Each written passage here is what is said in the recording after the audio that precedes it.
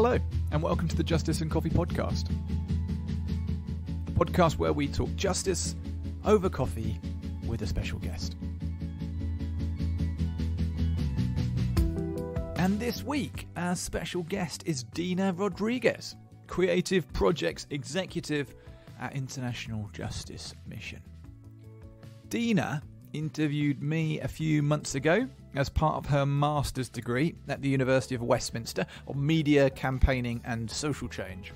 She was looking at cocoa and coffee supply chains and how we at Blue Bear Coffee not only prevent exploitation in our supply chain, but how we communicate those efforts to our customers. We had such a good chat, and Deena is such a bright and passionate advocate that I thought I would turn the tables and invite her onto our podcast to share with us.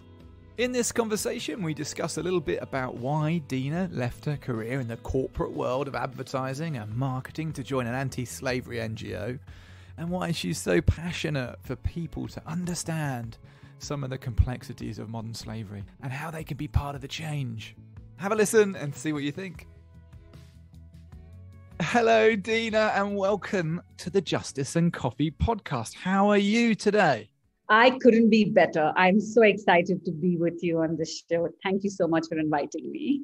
Oh, you're very welcome. Now, I have been rushing around a little bit this morning, but just before we came on, I took the time to make a cafetiere of Ethiopian coffee.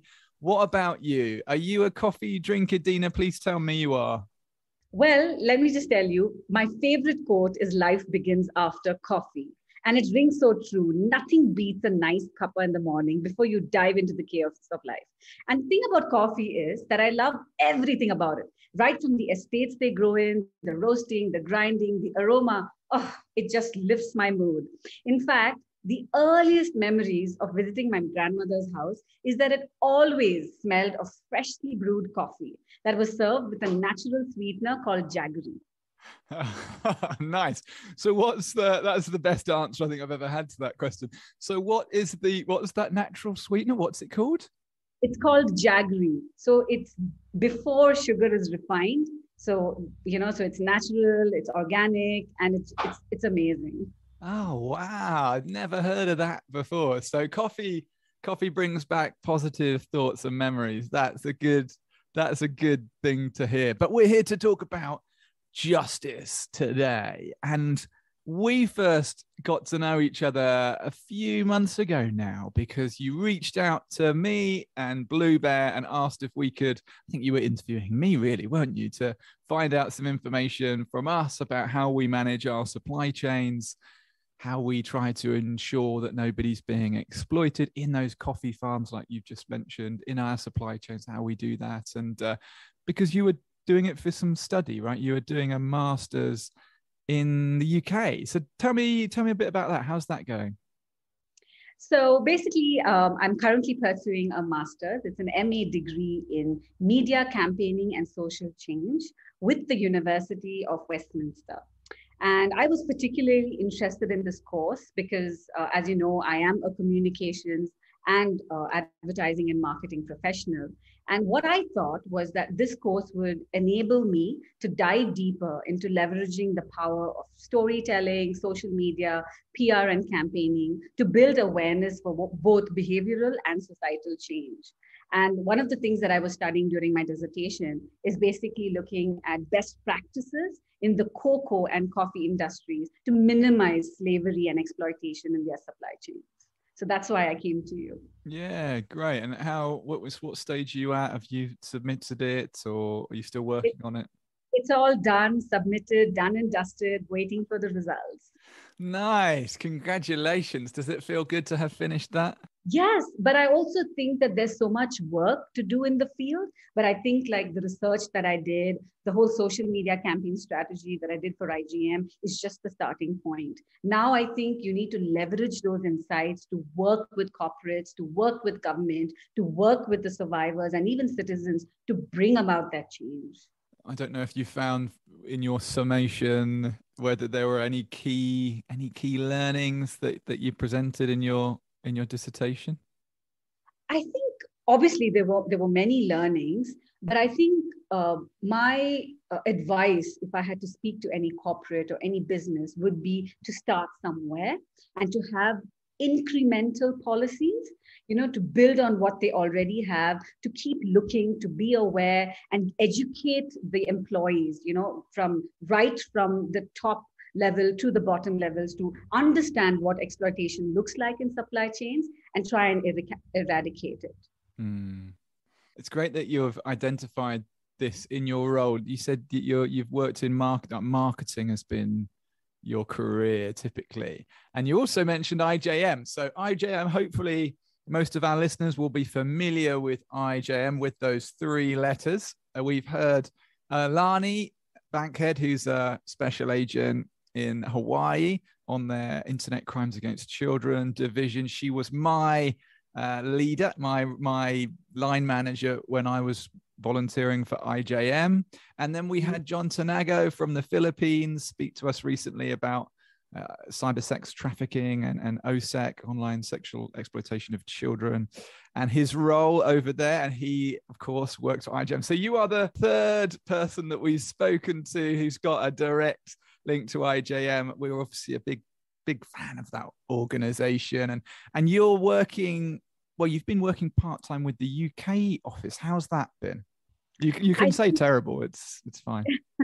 No, I think it's been a fantastic time so far. A great bunch of people, very passionate for the cause, and it's remarkable to see the change even during this year of pandemic, to actually see so many people rescued, restored, rehabilitated, trainings, workshops. So it's been a great stint so far. Have you found that? I can only imagine you have, but have you found it particularly challenging in your role in, well, the marketing, the awareness, the communications challenges of dealing with the pandemic, still keeping the money coming in so you can do the work? How have you found that? I think what has been remarkable, Bryn, is that our community of supporters and followers, whether it's our followers on social media and even our community of freedom partners who are committed to giving every month and month, ensure that restoration happens, people are brought to safety, and the work continues despite the pandemic. So I would give all that credit to the people who've supported us globally and even in the UK. Very, very well said. So before I sort of dig in to some of these subjects that I'd love to discuss with you today, Deena, I want to find out a bit about the lady, the woman I'm talking to. And well, first of all, like I was thinking, I hadn't even written this question down, but your name, Rodrigues, is Spanish, or at least I think of it as being Latin and Hispanic, but you do not look like a Hispanic lady. So where's that come from? So Bryn, basically, I come from South Asia, and my ancestors came from Portugal. So there is a mix of different different backgrounds where I come from. So from what I've heard is that my great grandfather came from Portugal. I always love to try and dig out and excavate, where did this journey begin for you, Deena? Where did you start? Where were those initial experiences that led you onto a journey of pursuing justice through the auspices of your job now in communications? Could you think of any particular memories that might have been responsible for stirring you, for moving you in this direction? Sure. So I think, Bryn, like you aptly put it, for me, it has been a journey. Ever since my college days, I have been involved in voluntary and missionary work. I've been working with orphanages, food distribution outreach programs, teaching children, etc. But I think after several years, I realized that not many people get involved in addressing human rights violations. That is something that strips people of their dignity. When I met victims of slavery and human trafficking, I was appalled at this condition they were living in and was determined to do something about it. When you asked me this question, what came to my mind was, I remember this one night a couple of years ago where I was invited for dinner at my friend's place. And she happens to stay in this really swanky, plush apartment complex. And we were having a good time. We were having dinner, and suddenly there was a commotion outside, and we could hear a lot of noise. So we went to the balcony, and from her apartment on the 11th floor, we looked down and we could see a group of people. So we called the security, and we found out that basically there was this girl who had jumped from the 14th floor of the apartment opposite our building. And after probing further and reading the news articles in the following day, we got to know that there was this couple. They were two doctors, a husband and wife, who had a child, and they were looking for a nanny. And basically, they trafficked this young girl, this 12-year-old girl, from another part of the country to take care of this child. And this girl, who was about 12 years of age, was living with them for about 10 months. She wasn't getting paid. She wasn't given food. And she just had this one set of clothing that she wore day in and day out. And for the life of me, what I couldn't comprehend was that she had such, she was in despair that she had no way out, that she had to just jump from the balcony. And what kept me thinking was that there were so many ways to stop that from happening. As a community, as a society, I couldn't just sit there and watch. I needed to do something about it. And that started my journey. And hence I found out about IGM. I met the survivors, and I knew that I wanted to be part of this movement. Oh, wow. So, I mean, that's such a tragic story. How old were you at the time when that happened, if you don't mind me asking? It was about maybe 3 or 4 years ago. So it was fairly recently. Wow, what an awful thing. It's just think of a child being in the mindset to take their own life is a horrendous thing to consider. And what were you doing at that time? You say that sort of stirred you to make that connection with IGM. What was your employment at the time? So, Bryn, I have about 10, 12 years of advertising and marketing experience. And my last stint was at a startup. And one of the things that I knew was, since my skill sets were communication and PR and advertising, I felt that was kind of fueling capitalism and consumerism. And I knew that was not the space I wanted to be. So I had actually taken a sabbatical to do a digital marketing course. And I knew, and I was really on the lookout for doing something more meaningful.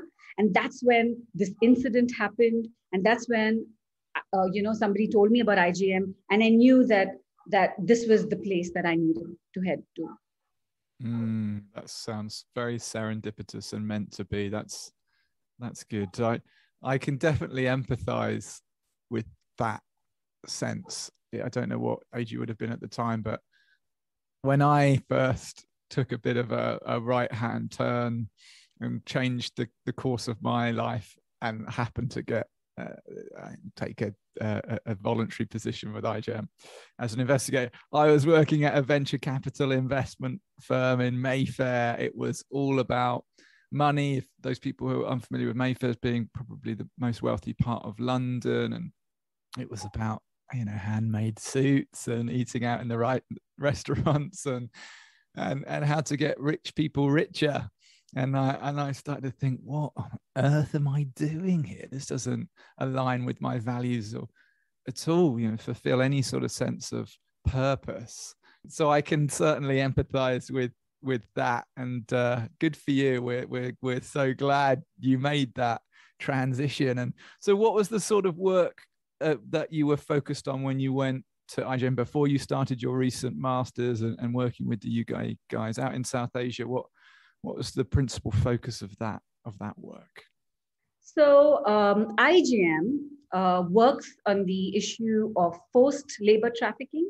It is basically where people are forced to give up their basic human rights and freedom, often held in really appalling, horrendous conditions, to pay back a debt.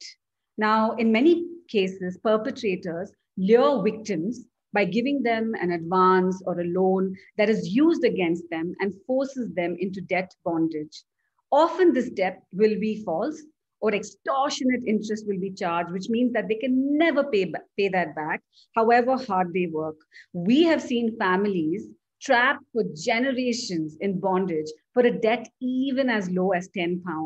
And this debt is usually taken to pay an urgent medical bill or funeral expenses. Now, Bryn, most of these people come from economically disadvantaged communities. Some of them come from agrarian societies and climate change, changing rain patterns, monsoons, natural calamities displace these communities and they become extremely vulnerable to trafficking. That is when they're looking for opportunities in cities, in urban areas, and that's how they get trapped. Now, the pandemic has only worsened the prospect of slavery and exploitation. We've seen this forced labor trafficking across industries, brick kilns, in agriculture, in silk farms, in poultry, wood cutting units, coffee, sugarcane, pretty much all items of daily use. And IGM works with the authorities to ensure that people are brought to safety, restored, and by replacing impunity with accountability. That is very important because a functioning public justice system is key for systemic change. I'm writing that down. Replacing impunity with accountability. See, I can see that you're in marketing and advertising and communications. That is a fantastic strapline. Did you come up with that yourself? Yeah, well, I was right. I mean, I was thinking about what I was going to say. But it's so important, Bryn. I think this is perhaps the crux of what is necessary, because otherwise it'll just be a revolving door of casework. You know what I mean? Like a revolving door of rescues where, it's just that people are going to be tracked and it's just going to be a cycle. Unless you create deterrence and you end impunity, there is no other way out. No, of course. And it's interesting what you mentioned in terms of the actors that are creating this situation. I don't think people on the whole are that aware of the influence of climate change on human trafficking or modern slavery. And I don't think they tend to put those in the same category or see that linkage, that causal effect. So it's good that you mentioned that. And I think part of this communication challenge is getting people to see slavery in a different way. So they have perhaps an idea, they might still associate the words slavery with the transatlantic slave trade and African people being chained up in the bottoms of boats by the East India Company, sailed across. And that's obviously that was abolished in the 1800s, and it's moved on and it's taken on different guises. And part of the challenge is to say, well, actually, that lady that painted your nails today is living in a situation of slavery, or that man that washed your car, or those people in the field over there picking potatoes, and trying to ask people to look at it differently, to see it. It's almost hidden in plain sight. That said, those situations you just described about families and whole communities in some instances being trapped in debt bondage in a brick kiln or even a coffee plantation, or that, it almost harks back to those original ideas of slavery, doesn't it? With slave masters controlling people as if they are their property, with the fear of death or physical abuse over the case of a monetary value, which is, it's just horrendous to imagine that still takes place somewhere in the world.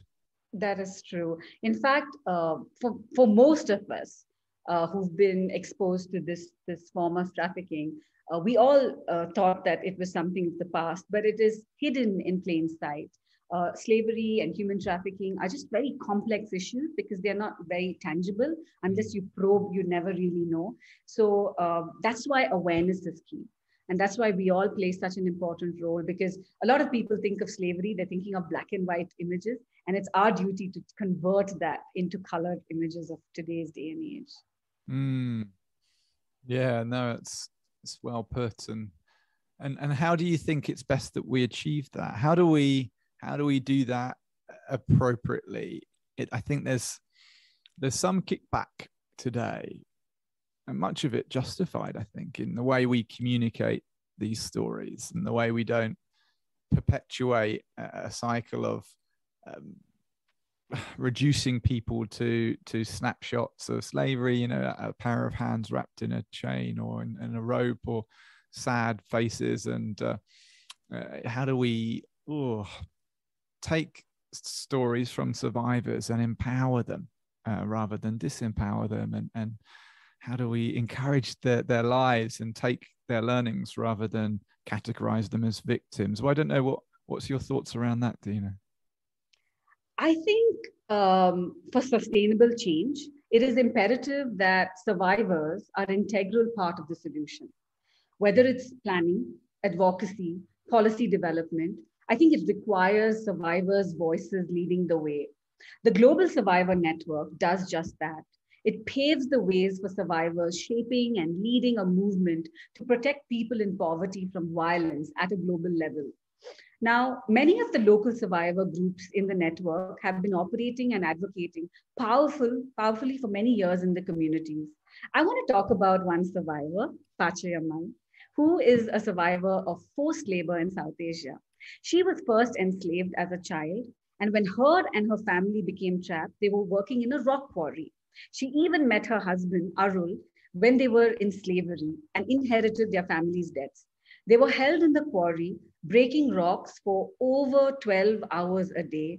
They were constantly watched, always under the threat of violence from the owner, until in 2012, IGM and local authorities worked to release both Arul and Pachayaman. Now their story couldn't be more different.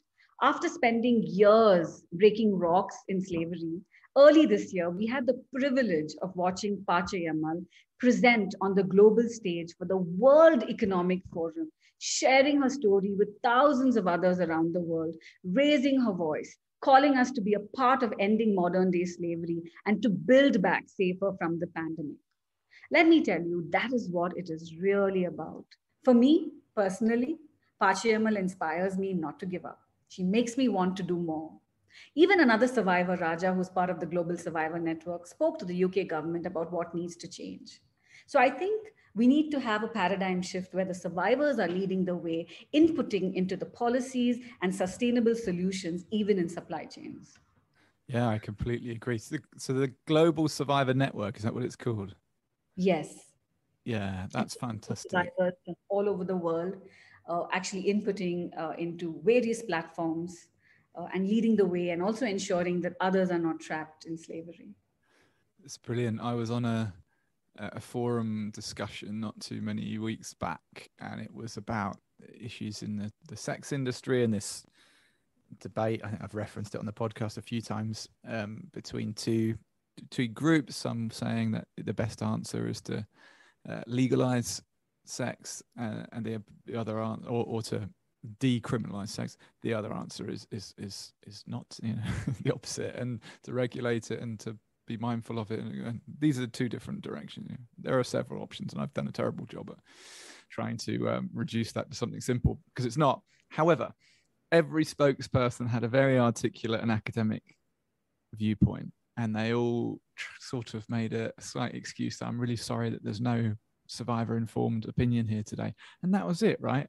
I'd much prefer to hear the opinion of someone with lived experience who can tell us what it's really like, rather than what we've read about. And so I think you're right. I think this survivor network is a great concept. And I remember just from my time with IJM and being connected as part of the journey they've been on, is learning. I think the term they used at the time was authentically international. We need to be more authentically international. And how do we do that? There's no good broadcasting meetings in the English language when 70% of our international workforce don't have a good understanding of the English language. That's not particularly sympathetic or empathetic to their communication requirements, is it? So there's been a change probably taking place since I left and when you started, about how to do that more sensitively, more appropriately, more authentically international, which is a good journey to go on. I think a good realization to have. And I don't want to hark back to the point I was making earlier, but it is so important, I think, for INGOs, international NGOs, to be really, really aware of how we do charity, how we do aid. I've been reading a book called Dead Aid recently, which you can imagine what the opinion of the author might be about institutional aid and government aid, and how actually it can be really ineffective if it's not handled appropriately, if it's not spent properly. And I, for one, as someone leading a small venture, but a venture all the same, aimed at helping people, how do I do that appropriately without creating more issues? How do I do this sensitively? And I can't change my gender or my faith or my ethnicity, but I want to make sure that I do things well. That is, I'm practicing awareness in my environment. I don't know whether you have any advice for me, Deena. What would you, as a communications specialist, if I was to commandeer you, to have you as a consultant, how would you advise me to go? Firstly, let me tell you, you're doing a fantastic job. That's very kind of you. So thank you for what you are doing, and the change that you're bringing about in so many people's lives. So thank you for that. But to be honest, I used to think that slavery was something that happened in the past. But when I read that 77% of UK businesses believe that there is likelihood of slavery in their supply chains, I was quite appalled. And you do know that modern slavery affects about 40 million people, and it is deeply embedded in our global economy. And it's across, right? It's across. It could be as close to the shirt you're wearing, the coffee you drank this morning, and even the technology we all use today. And I think everyone has a role to play. Both businesses and governments are responsible at the end of the day to stop exploitation. Although slavery is illegal everywhere, but laws need to be upheld and people need to be protected. Traffickers will continue to trap and exploit people otherwise. So unfortunately, our system is built on cost saving and convenience at the cost of everything else, even our natural environment and certainly human rights. Inequality perpetuates inequalities. So I think to begin with, businesses need to be transparent. Okay, they need to be accountable. They need to take steps to prevent exploitation, including proactively checking their supply chains and reporting any exploitation they find. We cannot have sustainability and CSR sit in one department that does not hold accountable the procurement and buying operations of another department.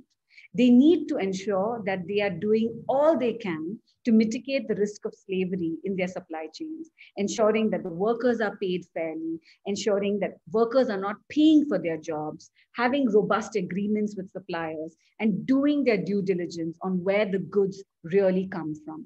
The other thing, Bryn, I believe, is that while you know that businesses and governments have a role to play, as consumers, we can be catalysts to bring about that change. Consumer purchasing power is stronger than ever before, thanks to social media and digital media, etc. We can really change the way businesses and governments operate. Now, what are the small steps that consumers can follow to just minimize exploitation? First, read, research, educate yourself, talk about it with friends and families, keep the conversation going. Second, write to your favorite brand. Ask them what they're doing to prevent slavery in supply chains. Look for their Modern Slavery Act, either on their website or annual reports. Do a little bit of digging around. Third, know your origin. Know where your coffee is from, where your cocoa is grown, where is this garment made. Look for certifications like Fair Trade and Organic Certification or Rainforest Alliance. And most importantly, as consumers, I think we need to remember to pause before buying. This fast fashion world has encouraged us to impulsively buy and follow the offers and sales eyes, making us perhaps mindless consumers. Remember, as consumers, we need to stay empowered and demand answers. Yeah, I love it. Yes. I love these answers. They're so well condensed. But I'm trying to take notes whilst you're speaking. Oh, that's a good point. That's a good point. But you're absolutely spot on. And it's difficult, isn't it? Because we live busy lives. And it sometimes comes down to standing in front of a bunch of bananas and do I buy the ones with the fair trade sticker on or not? Well, that's a really nice, easy one for me. In case a couple of pence more a banana or whatever, I'll go for that one. But sometimes it's not that simple. Certification is a great way of helping to identify companies and supply chains that are making, or businesses that are employing ethical supply chains. But it's not the only answer. It's certainly not free of issues, the certification model, and it can preclude small lot, certainly in the coffee industry, coffee farmers from access to, because it's quite an expense to be affiliated with Rainforest Alliance or Fair Trade, etc. But so sometimes it's tricky, but part of it is on us, isn't it? It is on us. And I'm a relatively young man. I don't know what age you get to when you can no longer classify yourself that way. But we've moved a heck of a long way in a short time. So for me, it's absolutely normal to go to a supermarket and be able to buy fruit and vegetables, certainly fruit, that have never grown in the UK, right? There aren't many banana trees in the UK.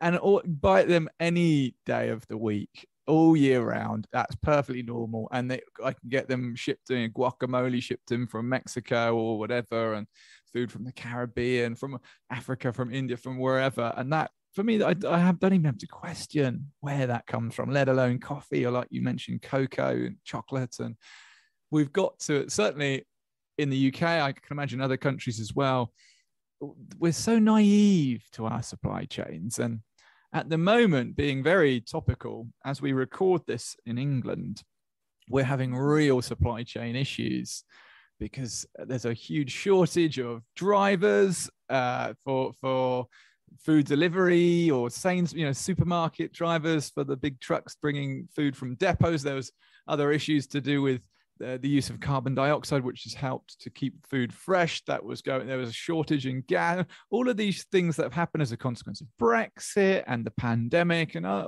number of different influences have shown these cracks appear. And it's a shock for us. I had to queue outside a petrol station the other day to put some fuel in my tank. Well, that for people in the UK is quite unusual, that inconvenience. What's happened here? What's broken down? But it's not that long ago where we had a seasonal diet. We'd have certain foods that were grown in the summer and certain in the winter, and we would have what's available, what comes from local communities, what's available to us. And things, I'm not saying that being falsely nostalgic and all things were better in the past, but I think the point perhaps you're making, or certainly the one I would make, is to grow our awareness is really important, isn't it? So I suppose part of your job, and mine, I suppose, is to make that as simple and consumerable. That can't be a word, can it? But as simple for someone to get. How do we translate this into the sound bite? Which I think you are doing a brilliant job of in this interview already. So I think you're in the right position to take that on. How are you? What are some of the schemes you've got at IGM to try and deliver these messages? So IGM's 2030 vision is to protect 500 million people from violence and to make justice for people in poverty unstoppable. IGM works across the globe in 24 communities to address various forms of exploitation. And we have seen an increase in exploitation during the pandemic, but we continue to protect, restore, bring men, women, and children to safety. And like I said earlier in the podcast, that our work is possible only because of our followers, our supporters on social media, people who follow us, who are part of our community, our champions. Our freedom partners are an amazing community of committed individuals who ensure that freedom is a reality for thousands. So I would encourage people listening to this podcast to visit our website, igmuk.org, sign up to become a freedom partner, follow us on social media, be aware of what are the forms of exploitation. What is it that you can do to bring about a change, to end slavery in our lifetime, become a champion, be a part of the movement. Each of us have a role to play in ending slavery for good. So why don't you tell me, as I look to close off our podcast together, I want to ask you a couple of pretty simple questions. The first is, Deena, what makes you angry about the world? If I have to sum it up, I think it would be apathy. The fact that if I am not affected, why should I care? If I can afford safety, and if it doesn't affect me in the short term, why should I care? That is something that really makes me angry. Apathy, yeah. And also the fact that, those who are affected do not have the power to influence. And while those who have the influential power tend to be very indifferent, the vulnerable people are always outside the circle of protection, and they do not have access to a functioning public justice system. So that is something that makes me angry. Yeah, the perils of indifference. Absolutely. What about what gives you hope? I read somewhere that hope without realism is fantasy, but hope grounded in reality is imagination. Oh, say that. You have to say that again, Deena. Say that again, because I want to remember that one. Hope without reality is fantasy, and hope grounded in reality is imagination. And that is what makes us imagine a better world and make that happen. My hope for the future is one day slavery will become a thing of the past, that men, women, and children will be protected by a functioning public justice system, wherever they are in the world. That is my hope, and I know that it will happen. Love it. I love it. I love that quote. I'm definitely going to steal it. Can I write that as Deena Rodrigues, or have you nicked it from somebody else? I heard it somewhere. That's good. That's good enough. That's one of these things that I hear. So. No such thing as true originality. We all just we nick other people's slogans and farm them off as our own. And that's absolutely acceptable in my book. Closing question, Deena, because I know we're running out of time. But closing question: how can we support you in this mission? Or let me phrase that a different way. If you were to ask us to do one thing, what would you ask us? I think commitment is important in this movement. And so if people are stirred, let them join the movement. And to do that, there are several ways. One thing is to become a freedom partner. So head to our website, look up what the freedom partner is about, join us, and involve yourself in this movement to end slavery, because I believe that everybody deserves to live in freedom. Everybody deserves respect. And if we can make that happen, it would be amazing. And most of the people, come to me saying that, what is it that I can do? I don't know if you've heard that, but a lot of people come and say, what is it that I can do? To me, I would just, end with this quote that I love by Margaret Mead: never doubt that a small group of thoughtful, committed citizens can change the world. Indeed, it's the only one thing that ever has. Together, let's create a world where all are free. I love it. I love it. That's fantastic. You've dropped some fantastic quotes in this podcast. Thank you, Deena. Thank you for coming on and speaking to me and sharing with me. I wish you all the best with the rest of your work. I don't know if you're working back with IJM South Asia, or whether you're with UK, or what's going on. What is going on there? I am with IJM UK. Oh, you're still with the UK guys. Oh, that's good. Are you going to get a chance to jet back over here at some point? Absolutely. I leave end of this week. So. Oh, brilliant. Oh, in that case, we'll have to get an in-person coffee. Can you imagine such a thing? Absolutely. Let's do that. Sounds good. Brilliant. Deena, thanks for taking the time. Take care. I'll get you some jaggery so that you know what it tastes like with black coffee. Perfect. That would be great. Please do. Isn't she fabulous? You can certainly tell that Deena is a communications professional, can't you? I can see why IJM snapped her up. What a great spokesperson. She dropped some great quotes, didn't she? I was trying to write them down whilst listening. It's about replacing impunity with accountability. I like that one. We cannot have sustainability and CSR in one department with the procurement and buying in the other. Talking about businesses. Yes, Deena, absolutely right. Hope without realism is fantasy, but hope grounded in reality is imagination. I love that one. I don't know who the author is. I think I'll credit Deena for now, but that's a beauty. It's great to hear about the development of the Global Survivor Network too, isn't it? It's so important that we take our lead from people with lived experience. That academia and politics is balanced with real-life experience to avoid the danger of creating ineffective systems of response that don't actually change anything. It's so encouraging knowing that Patrimayao was given the opportunity to address the World Economic Forum. I hope they were listening. I hope we're listening. It's quite a shocking statistic, isn't it, that Deena shared? 77% of UK businesses believe there's a likelihood of slavery somewhere in their supply chains.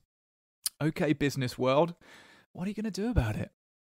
I think this is another reason why, in my humble opinion, the Modern Slavery Act in this country needs to sharpen its teeth and bite in the backside any business which fails to seek out and address examples of slavery and exploitation in their supply chain. Under UK GDPR legislation enacted in 2018, that's General Data Protection Regulation, businesses can be fined up to £17.5 million or 4% of their annual turnover, whichever is the greatest, if they fail to appropriately guard your personal data.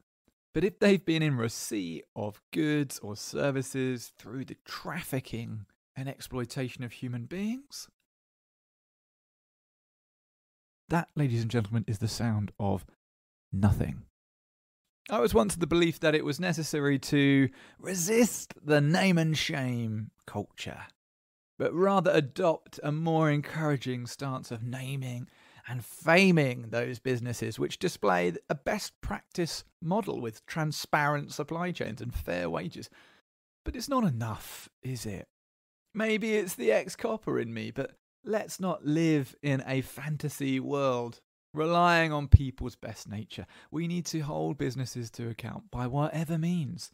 Fines and sanctions tend to be most effective in order to achieve compliance. At the moment, it's like patting every customer on the back who leaves the supermarket without stealing. And as for us, well, Deena laid out some great tips, didn't she? First, start by educating yourself. Build your knowledge around supply chains, about products and where they come from. Write to your favourite brand. Ask them about their supply chain, what they're doing about it. Are they signed up to the Modern Slavery Act? Do they have a modern slavery statement on their website? Know the origin. Find out where your coffee is grown, where your cocoa comes from, where your garment is made. And her final point, which I thought was possibly the best, pause before you buy. We need to resist this fast fashion craze where just go to a shop and load up on t-shirts, some of which will never get worn, or whatever items. I know I did. I know I've probably still got clothing in my wardrobe that I've never worn. These days, if it doesn't have a Blue Bear logo on it, I don't think I buy clothing anymore. What a valid point. We do need to stop and think about just what we're buying, whether we need to. Or perhaps we can just cut down our consuming of certain items. We've discussed these things before, haven't we? Hopefully the more we hear them, the more we will do them. And when we find ourselves in conversations with a mate in the pub who says, well, you'll never change it, will ya? You can start by giving a few examples of how we can. If you would like to find out more about Deena's employer, IJM, or perhaps even sign up to become a Freedom Partner, you can do so by going to ijm.org/give. This podcast is produced by Blue Bear Coffee Co. You can visit our website, bluebearcoffee.com, load up on t-shirts, ethically made, chocolates, coffee cups, and coffee. Yes, we take every measure to investigate our supply chains. in order to reduce the possibility of people being exploited in order for us to get our goods in country. And follow us on social media at Blue Bear Coffee Co. Those of you that are already doing so will know that we've been raising money for our Freedom Fund in recent weeks.